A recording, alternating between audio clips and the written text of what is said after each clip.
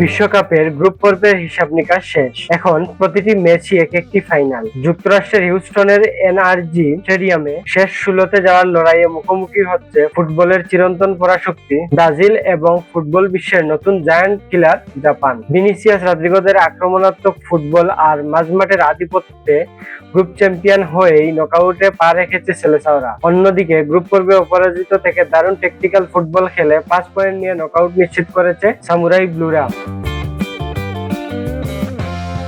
বিশ্বকাপের মঞ্চে এই দুই দলের দেখা হয়েছিল দীর্ঘ 20 বছর আগে 2006 সালের জার্মানি বিশ্বকাপে। সেবার গ্রুপ পর্বের ম্যাচে জাপানকে 4-1 ব্যবধানে উড়িয়ে দিয়েছিল ব্রাজিল। তবে আজকের জাপান আর 20 বছর আগের জাপানের মধ্যে আকাশ পাতাল তফাৎ। এবারই প্রথম কোনো বিশ্বকাপের বাছামরার নকআউট লড়াইয়ে মুখোমুখি হচ্ছে তারা। ম্যাচটি মূলত ব্রাজিলের ব্যক্তিগত নৈপুণ্য বনাম জাপানের দলীয় কৌশলের এক দারুণ লড়াই। একদিকে ব্রাজিল নামে ভিনিসিয়াস ও রদ্রিগোদের মতো তারকাদের নিয়ে, যাদের গতি আর শৈল্পিক ড্রিবলিং যে কোনো রক্ষণভাগকে ভেঙে দিতে পারে। অন্যদিকে জাপান ভরসা করবে তাদের নিখুঁত ডিফেন্স এবং চোখের পলকে করা কাউন্টার অ্যাটাকের উপর। কাওরু মিতুমার গতি আর সুসংগঠিত দলগত শক্তি দিয়েই ব্রাজিলের সাম্বা ছন্দ থামাতে চাইবে সামুরাই ব্লুরা।